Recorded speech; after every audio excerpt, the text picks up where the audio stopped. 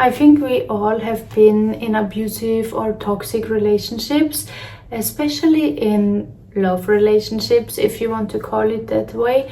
And we are so quick to judge the other person. We are so quick to point our fingers and say it's this person's fault. But the reality is, if you attract the same kind of person in different persons, then there is something in you that is attracting these kind of relationships. Hi, my name is Michaela, and this video is about dating and ending the cycle of toxic relationships. Just a disclaimer at the beginning, I do not want to say with anything in this video that anything is your fault. Anything someone else has done to you, which was maybe traumatizing, really painful, really hurtful, that's not what I want to say. That's not what this video is about. But I want you to take accountability and change something in you in order to not attract or let these kind of people anymore inside of your life. Let's get into this. As I mentioned before, I think we have all been in toxic, abusive relationships. If not, lucky you, then this video is probably not for you. But for the ones who have been, I know it's really traumatizing and I know it's really painful. Important is that you do not close your heart, because to have a mindset of everyone out there is toxic, everyone out there is bad, there are only bad men out there, there are only cheating men out there, that's just not the truth. There are so many people, there are so many men and women out there who are not toxic, who are healthy, who are having healthy relationships, having healthy connections with each other. And that's there for you too. You just have to maybe change some things in the way you're seeing the world, the way you're seeing relationships, and the way you're dating, literally. First of all, I want you to look back and look in your family. How are the relationships between men and women in your family? Most of the time, we have beliefs from our families which are not really helping us in order to get the relationship we actually crave, we actually want, to get the connection we deserve. And if we have a mom or if we have parents who are divorced, of course, it's something in us engraved that we believe it's difficult, it's hard to have a successful relationship.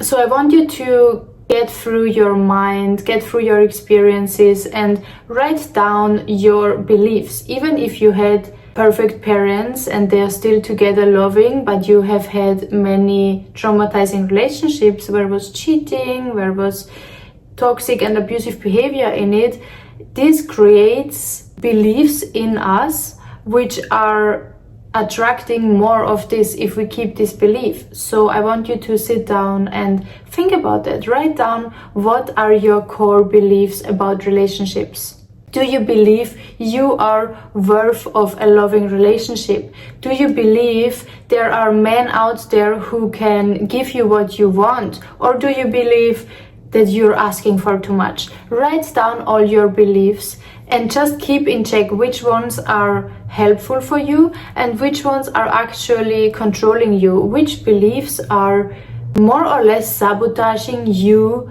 to get a healthy relationship with someone. Then I want you to think about your perfect relationship, your perfect partner. What do you actually want? Do you want a situationship? Do you want to have just fun? Do you want to have something stable? Do you want to have someone taking care of you? Do you want to have someone you can have a family with?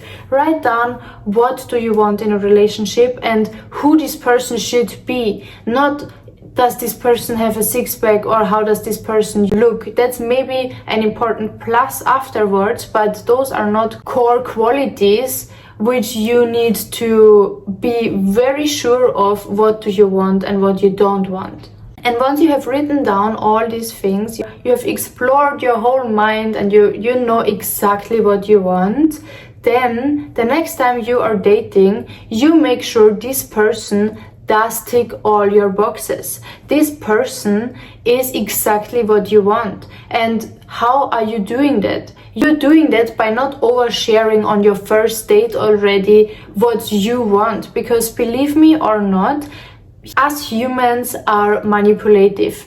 Maybe consciously, maybe unconsciously, but we all are manipulative to have what we want. So if there is a person who wants to get you in bed, but you are telling this man, I dream of having a family, I dream of having a big house and 5 kids and getting married, this man will tell you everything you want in order to get you in bed, because that's what he wants. Not because of bad intentions, but for him it's important to get what he wants first. Same as for you, it's important, should be important, to get what you want first. You do not want to cross any of your boundaries. You do not want to cross any of your boxes that are important for you for a relationship in order to make this man happy. No, because the more often you are crossing your own boundaries, the more this man is thinking, wow, what a special guy must I be in order to get this special treatment from a girl like her. That's what this man will be thinking, and it doesn't make him respect you more, and it also doesn't make you respect yourself more. Every time you are crossing your boundaries in order to satisfy someone else, you are literally betraying yourself. You are losing self-respect, and you are losing respect from that other person. So on your first date, you need to make sure this man has what you want, what you need. If you want a family, ask yourself, does this man have qualities of being a good husband? Does this man have qualities of being a good father of my child? And what are these qualities? If you have not written it down, if you have not thought about this before, it's difficult to see in a person if he really has that qualities. But a man who has zero money, who is living with his parents, who has zero aspirations in life, who has no purpose in life, a man who is lost with himself, a man who does not want to take care of his woman, a man who does not even want to have a family. All of these things, if a man cannot provide for a family, how do you think this man will ever be a good husband? How do you want to have a family? How do you want to take care, you as a woman, how do you want to take care of a family while you're pregnant? Like, seriously, think about that. That's not your job. Men and women are wired completely differently. A man is wired to take care of his family. A man gets satisfaction by taking care of his woman, by taking care of his family. That's what a man is naturally wired for. And if a man is not wired for this, then what do you find attractive in this man? Do you want to be with a man, or do you want to be with a woman? I'm not saying you should look for money. I'm not saying you should look for a rich guy and marry him because he's rich. No, I'm saying you should look for someone you truly like. But if you want to have a family, think about your future. Does this man have the qualities to take care of you and your family? Is this man able to take his genitals in his pants while you're pregnant? What are these men's core values? These are the questions you must ask yourself, and you must ask this man in order to get to know him, in order to get to know if he does even fit your needs. Because, honey, guess what? If you do not do that, if you're not making sure this man does tick all of your boxes, if you're not making sure this man is even able to give you what you need, then you will end up in a toxic relationship, willingly or unwillingly. A person who is not what you want, you can never make this person to be what you want. You cannot change a man completely. You cannot change a man from not wanting family at all, from not wanting to take care of his own life, with giving him what he wants. If you give him what he wants and you think that's what makes him change, that's what makes him finally see you as who you are, that's what makes him finally want a family because you're so special, you are wrong, honey. If you do that, you are just disrespecting yourself, you are just stepping over your own boundaries, and you will feel empty and lost after that. You will feel lost in that case. You will lose in that case. Literally. There are just two variants. Either you give this man what he wants and he will leave you after, or you do not give this man what he wants and he will leave you because he doesn't get what he wants. In any ways, you are losing out in this situation. So make sure once you are dating someone, make sure this is the person you want. This is the person that can give you exactly what you need. And honey, of course, it's different if you just want to have fun. If you just want to go jump into the bed with someone and just want to give yourself, that's a different case. But do you really want this? Because usually as women, we really crave connection, we really crave love, relationships, we crave that, that's our nature, we crave harmony, that's what we want, that's our nature. And sometimes we get it mixed up. We are saying yes to something because we think that's what we want, but in the end, that's not what we want. We want connection, and in order to get that connection, we are saying yes to something we actually do not want. So we are preferring instant gratification that makes us feel even more empty. So please think about it very carefully if that's really what you want. At the end of the day, as harsh as it sounds, you are the reason why you are attracting toxic and abusive relationships in your life. You are letting these people come into your life. You are giving them space to do that.